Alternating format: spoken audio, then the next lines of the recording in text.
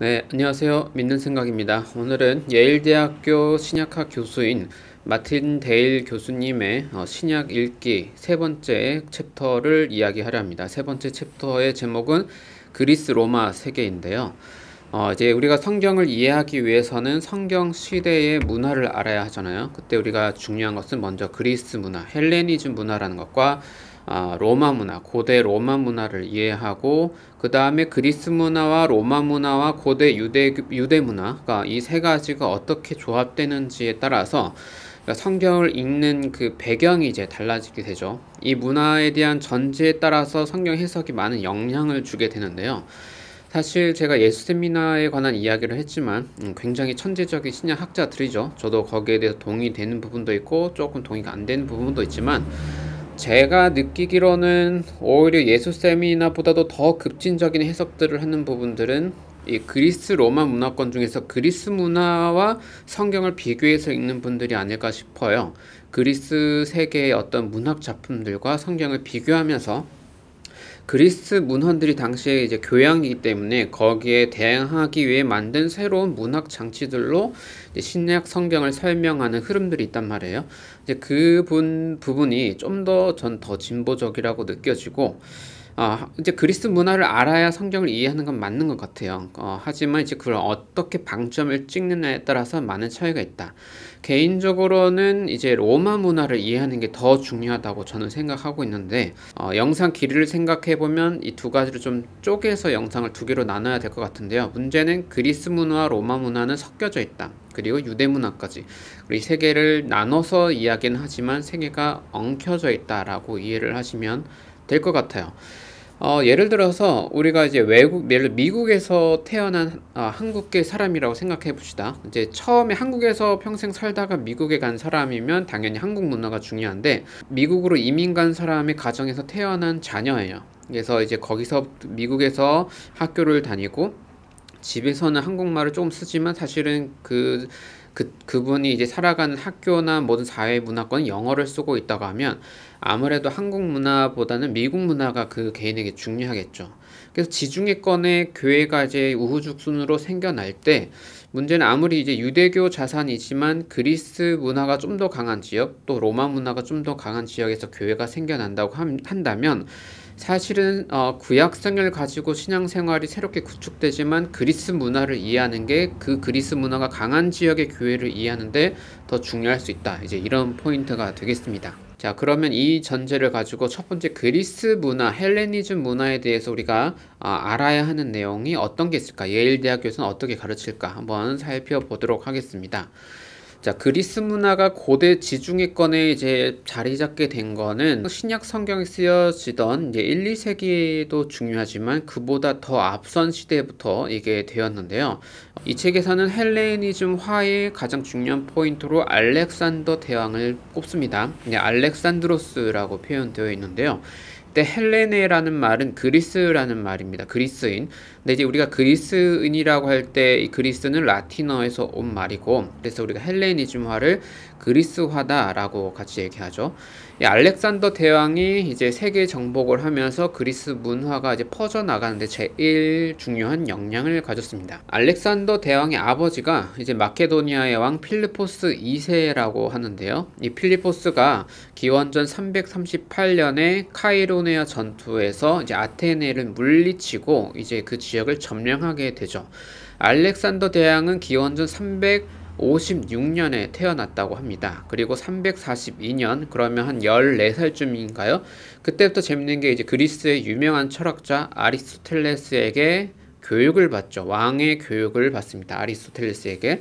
그리고 336년에 교육받은 지 한 10년쯤 됐네요. 그때 아버지가 이제 암살을 당해서 왕위에 오르게 됩니다. 그러면 알렉산더 대왕이 태어난 해는 356년이고 왕이 된 해는 336년이니까 와, 20살에 왕이 된 거네요. 10대 때 아리스토텔레스에게 교육을 받고 20살에 왕이 된 알렉산더 대왕. 그래서 알렉산더 대왕은 20살 때부터 아버지의 유산을 이어받고 영토 확장을 하기 시작하는데, 그 당시 중요한 제국이 이제 페르시아 제국이었다고 합니다. 이 페르시아 제국이 그리스를 언제나 이제 침략하려고 하고 있었는데, 그래서 알렉산더 왕이 기원전 334년에 이제 소아시아 그라니코스 전투에서 페르시아를 무찌릅니다. 이걸 계기로 알렉산더의 마케도니아 군대가 이제 그리스, 소아시아 이 전부를 지배하게 되죠. 페르시아의 다리우스 3세가 자기를 대왕이라고 했는데 그 호칭을 자기에게 가져옵니다. 그래서 큰 왕, 대왕, 제국의 황제 같은 그런 호칭을 쓰기 시작했죠. 이제 알렉산더 왕은 기원전 323년에 바벨론에서 오늘날 이라크에서 이제 열병으로 죽었습니다. 죽은 나이는 32살.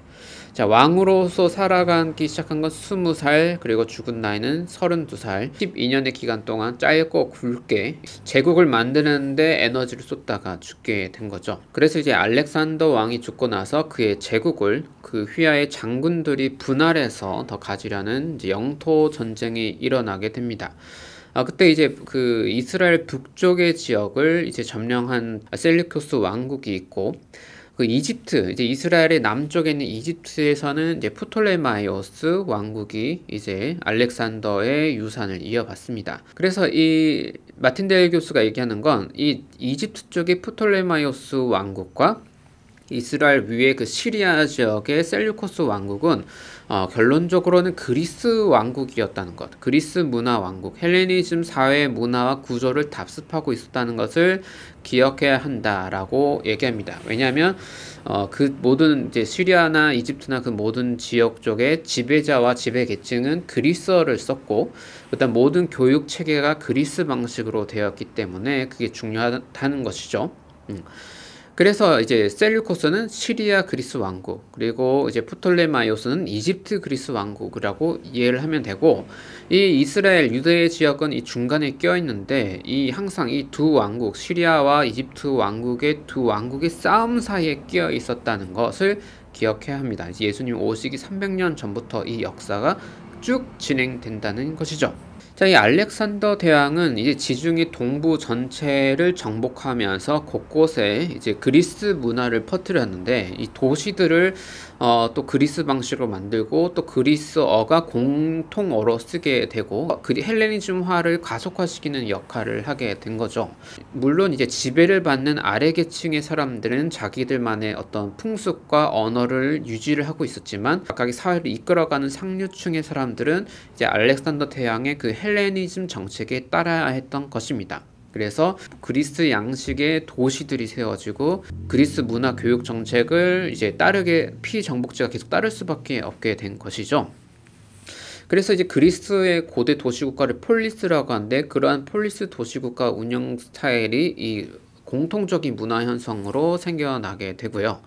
그래서 이 지중해권의 이 상류층의 모든 사람들이 공통 언어, 공통 문화, 공통 교육 체제를 공유하는 최초의 거대 제국이 되었다라고 합니다. 기존에 아시리아, 이집트 이런 제국들은 그냥 다른 민족을 쳐부시고 어떤 조공을 받는 대로 만족했다면, 이제 알렉산더는 뭔가 문화를 바꾸는 일을 했다는 것입니다. 그런데 이제 여기서 기억해야 할 것은 신약 성경이 그리스어, 헬라어로 쓰여졌잖아요. 근데 이 헬라어는 그리스 반도에서 쓰여졌던 원래 그리스어가 아니에요. 이렇게 헬레니즘화 되면서 그리스어 언어가 공통 언어로 쓰여지잖아요. 이 세계 저 세계 곳곳에서. 그러다 보니까 좀 더 쉬운 방언처럼 그리스어를 좀 더 쉬운 형태로 바뀐 공통 형태가 만들어지는데, 이것을 이제 코인의 헬라어라고 합니다.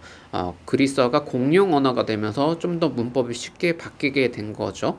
그래서 마틴 델 교수는 아마 바울은 지금의 터키 쪽에 있는 길리기아 지역의 그리스 도시에서 자라났을 거라고 보고 있는데, 그 터키 지역에서 그 고대에 쓰였던 언어가 바로 이 코인의 헬라어였을 것이다. 자고 나라면서부터 이 헬라어를 썼을 것이다. 공통 언어 썼을 것이다. 이렇게 얘기하는 거죠. 그래서 이 구약 성경도 이 코인의 헬라어로 번역된 70인경이 이제 초대교회에서 더 많이 쓰이게 됩니다. 그러면 이제 그리스 문화를 조금 더 이제 자세히 살펴볼 텐데요. 먼저 이 폴리스라는 도시국가가 이제 고대 그리스의 행정 체제입니다. 근데 이 폴리스는 인구가 보통 한 1000명 정도 되는 모임이고요. 크면 5000명 정도 되는 모임입니다. 물론 이 1000명과 5000명의 기준은 성인 남성이에요.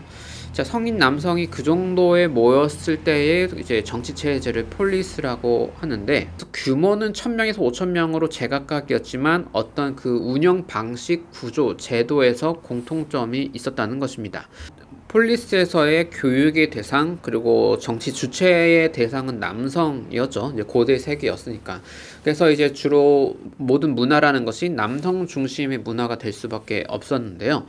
그 고대 그리스에서 교육을 나타내는 말은 파이데이아라는 말입니다. 뭐 기계적으로 암기하는 걸 떠나서 어떤 음악, 수학, 체육, 뭐 격투, 뭐 이런 식으로 프로그램이 짜여져 있습니다. 그래서 교육은 어떤 정치적 주체로서의 시민을 만든다, 시민을 형성한다는 것이 이제 목표가 되겠죠. 여자도 물론 어느 정도는 교육을 받을 수 있는데, 대체로 이 교육기관에 가기보다는 가정에서 교육받도록 되어 있고요. 이 교육이 이루어지는 공간을 짐나시온이라고 합니다. 짐나시온이라는 것은 뭐 우리 지금 체육관으로 번역이 되나요? 네, 이 말의 뜻은 그리스어로 김노스, 이제 벗었다라는 뜻에서 나온 말이래요. 벌거 벗었다라는 곳이고, 그곳이 명사화된 공간이 교육기관이라고 합니다. 이 벗었다고 하니까 좀 이상한데, 왜냐면 이제 체육 교육이 이제 중요했기 때문이죠.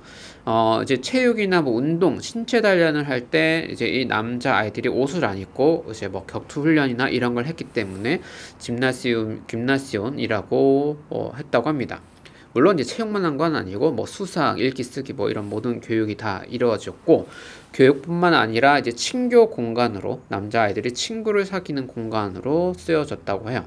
오늘날 이제 고고학에서는 이제 보드게임 같은 것도 좀 발견된다고 하니까 친구를 사귀고 놀고 공부하고 이 모든 공간이 짐나지온에서 이루어졌다고 보시면 되겠습니다. 그러니까 오늘날로 따지면 뭐 초등학교라고도 볼 수도 있고요. 여기서의 주 교육 교재는 호메로스라고 합니다. 이제 고대 이제 역사서죠. 전쟁에 관한 역사서인데, 그래서 그 제가 처음 시작할 때 신약 성경을 좀 진보적으로 해석하는 사람들은 이런 그리스 문화에서 고전적으로 읽혀지는 어떤 텍스트, 신화나 이런 호메로스, 이런 고대 역사서나 이런 거를 두고 거기에 대한 대척점으로 신약 성경이 쓰여졌다, 이것들과 싸우기 위해서, 이런 식으로 해설하는 방식이 있다는 거죠.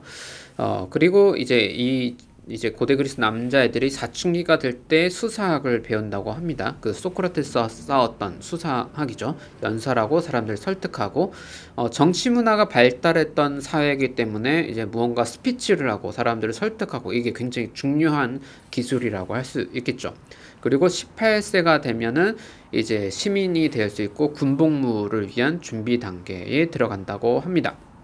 이게 그리스의 정치 기관으로는 가장 기본적인 기구가 데모스라고 하는데요. 이게 우리나라 말로 번역하면 민중이라고 하고, 하지만 민중에는 이제 그리스적으로 보면 이제 남성 시민만, 18세 넘은 남성만 들어가게 되는 거죠.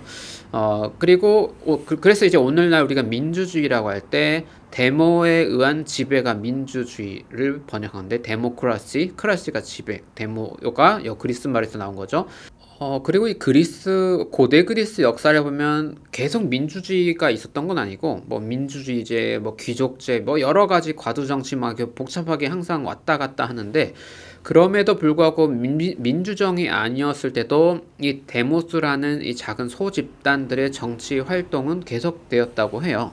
이제 고고학에서 이제 그 그리스 문화권의 어떤 그 건물들을 이제 조사를 하니까 그 중에 중요한 게 이제 극장이라는 것입니다. 고대의 극장인데 거기서 공연도 하고 또 사람들이 거기서 토론도 하고 뭔가 이제 의사결정을 하고, 이런 유물들이 다 발견이 되는 거예요.